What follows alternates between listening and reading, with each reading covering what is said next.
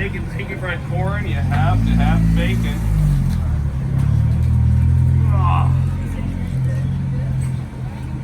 Do it. Always easier to cut bacon, of course, when it's semi-frozen. This one's thawed, so you might see me struggling with it. There's nothing worse than slippery bacon.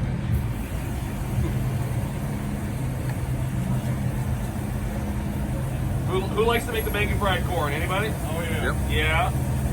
I saw you making it once, yes. I had heard about it for years.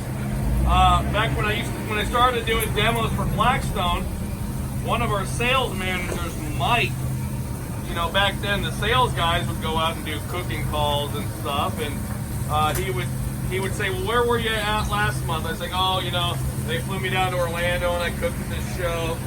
And he's like, what'd you make? Oh, I made burgers, steaks, this and that. He's like, did you make bacon fried corn? And I said, well, what's bacon fried corn? And he's like, bacon and corn. I'm like, that sounds stupid. I'm like, you should stick to sales. Well, then like a year later, I made it once, and I told my wife, I'm like, I kind of want to make it just to tell him how stupid it was. And I made it, and I told my wife, oh my goodness, this is good. So I gave him all the credit. And of course, he didn't invent it. You know, they call it Mexican street corn or street corn. You buy it at taco trucks on the West Coast. But I kicked it up a lot, put a lot of extra things in there. But of course, the key ingredient is bacon. So we started out with some bacon, with our bacon fried corn.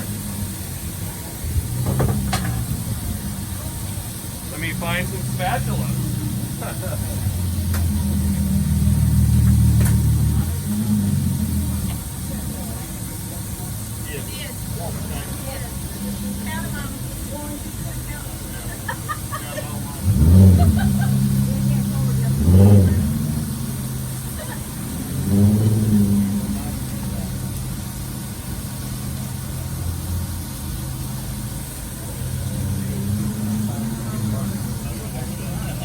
Alrighty, here we go. Walk of shame.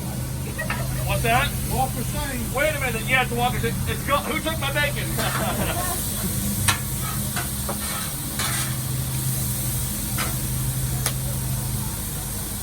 Alrighty, bacon. Let's get the corn ready. There's the cilantro. And of course, just like everything else, man, I gotta be putting garlic in there, so. What do you think? 3 tablespoons? Let's go with 6 tablespoons. I think it's 6, right? No, a lot of people get really bent out of shape with that kind of stuff. You can always tell who they are. People that are really good at baking and stuff, right? Because they're like, holy cow, I can't believe he did that. Because, you know, if you were baking, you couldn't just be like, you know, that's why I'm terrible at baking.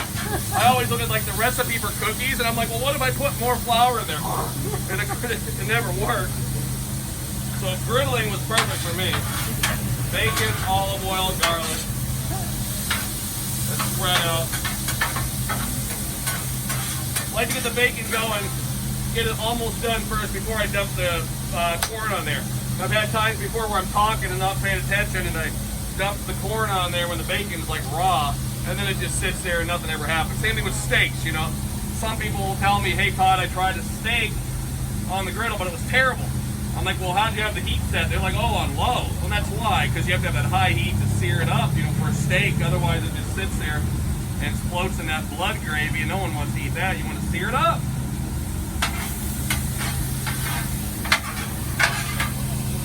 So what temperature you on here?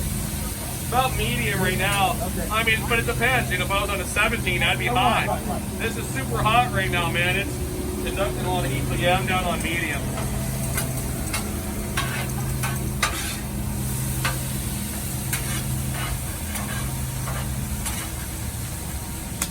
Grab a cutting board and we'll do some peppers.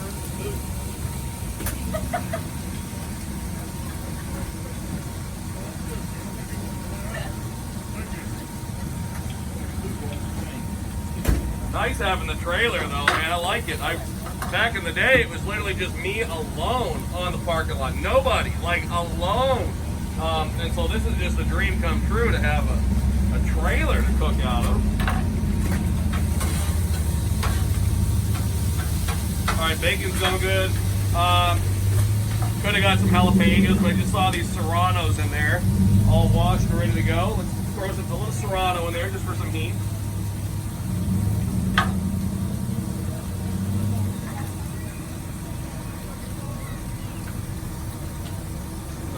give much. There's a ton of food here, so it might just help to give it a little bit of heat. We'll leave the seeds in there too, but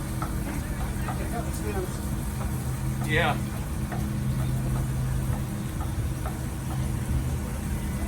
Someone's gonna get a big bite of pepper there. All right, I'll throw those in there just so we can take the edge off.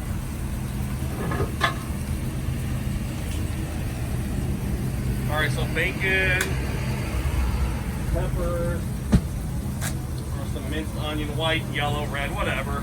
Griddle doesn't care. A lot of people, again, get bent out of shape over the little things. Like some people will see me making this and I might use a white onion and they'll say, Todd, I was gonna make the bacon fried corn, but I didn't have any white onion that day. I only had red, so I couldn't make it. You know? So you definitely, you know, there's so much room for creativity. Oh, baby, look, you could eat it just like that. That'd be good. All right, so the bacon's good. Let's get the corn. I like frozen for this or fresh. Canned, I mean, you could do it, probably wouldn't be as good. And you do have to be careful too. Just know this is frozen. I have had people talked about it before. I've had it happen before where I dump 12 pounds of frozen bacon and it makes the griddle pop. It is a piece of steel, so no different. You could have a wrench, an open-ended wrench, heat it up to 600 degrees and dump cold water on it. Watch what happens. It's gonna be scary. It's the same thing. You know, don't be alarmed if that kind of thing it does happen. I will tell you this though. The engineers, I was talking to somebody in the factory last week. They're actually working on a model for the future in the next year or two. That's going to be completely unwarpable. They're actually like reinforcing the bottom. And I've seen some crazy stuff where they'll heat that thing to 800 degrees and dump bags of ice on it, and it just sits there, does not move. So look for, there's always cool advancements coming in the future. Because we know that people do like to dump frozen shrimp and stuff on there. And that can scare somebody. It has me. I've been at demos before where I dump like a 10-pound bag of shrimp on there and it makes like a loud popping noise sometimes with that. All of a sudden it drops 400 degrees, you know. You never know what's happening. All right, so we're gonna get that bacon cooking, or the corn cooking. The bacon is 70% done. And that grease will start to go into the corn here. Got the peppers, got the garlic, got the onion.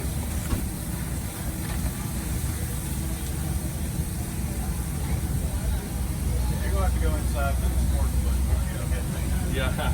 Yeah. Problem with the headbands is sweat so much, you just be throwing away every second. Like they made me some custom masks, but it's hilarious. I put one on yesterday, and every recipe was already like completely white, you know, from salt. So, just, you know, outdoor grilling in North Carolina with a mask, it shouldn't be a thing. But we're there, so we got to do it, you know. We got to make do, we'll do it.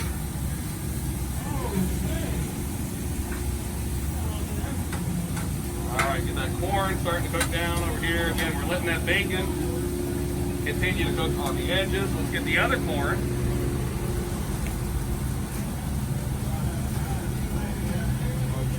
Anybody have a preference for corn? You know, sometimes the Walmarts have bird's eye. Sometimes it's great value. I think bird's eye might be a little better.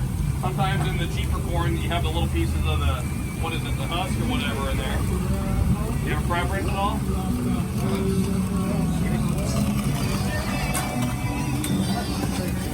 And there it is, bacon fried corn. Whoa! No, it'll be good. We're doing here. Let's let that bacon finish up here on the end. Don't want to give anybody any fatty bacon. We can make like a little swimming pool in the middle. What do you think about that? Yeah. Sometimes I like to play with my food and make little designs. Let's see, we're going to be using taco fajita. We're using that. We're going to be using this. We'll take the cutting boards inside.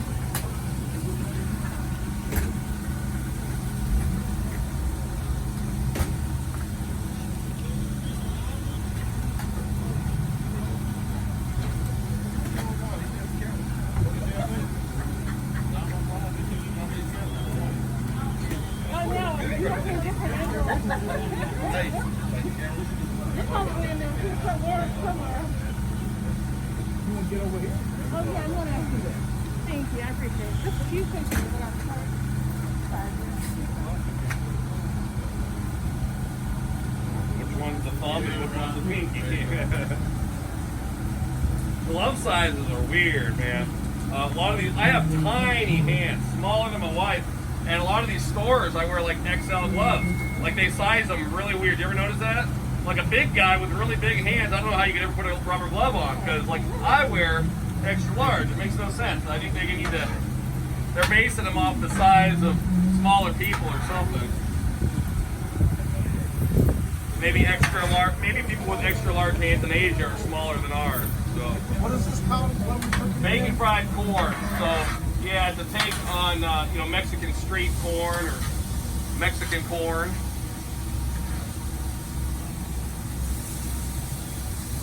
Woo! Yeah. So now we're starting to get that bacon grease interacting with our corn, and this is where the magic starts to happen. We'll season it up a little bit later. The final product hopefully be pretty good. We'll have it sprinkled with like tortilla cheese, a little crema, some crushed cheddar jalapeno Cheetos. You can use extra hot if you want, but I like the cheddar jalapeno myself.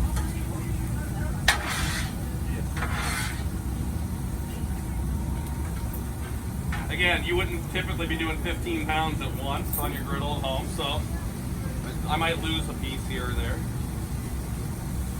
There we go. Just gonna let that corn warm up and continue cooking.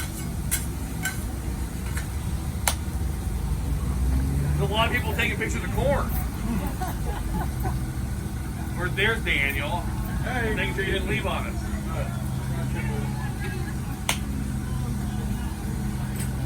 So does anybody have any griddling plans for tomorrow? Or tonight? Yeah, Tonight? What are you making tonight? we're making some chicken thighs and then Chicken thighs, nice. I'll just play from there. Nice. Bacon fried corn, right? Although you might get your fill of it today.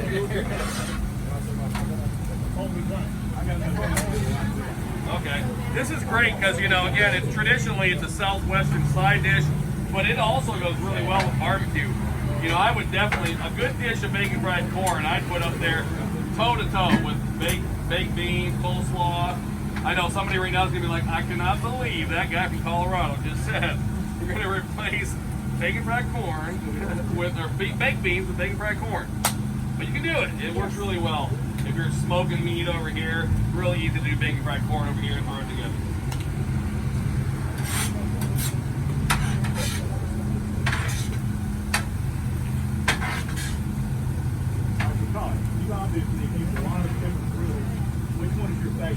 I mean, it depends. I mean, I guess the 36s are always going to be my favorite because there's so much room. I get going here. You don't even think about temperatures. I need it hotter over here, I turn it up. If it's too hot, I turn these down. Something's burning, I have this one off, I move things over. So, yeah, I love the bigger ones for sure. 36. I think, personally, the best made ones, the best of the best of the best, like the 36 Air Fryer and the 36 Pro Series literally are built like army tanks. If you go over there, man, those things are rock solid. They're huge. But just the normal 36 is what I've used the most over the years. My least favorite are probably the smaller ones, just because you don't have as much room. Hard to move things around.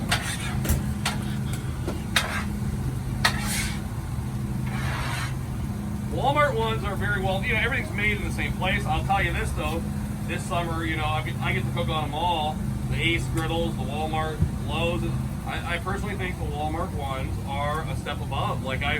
There's another large manufacturer out there that makes griddles, and they're selling like hotcakes, Blackstones, and they're really well. The Culinary Series.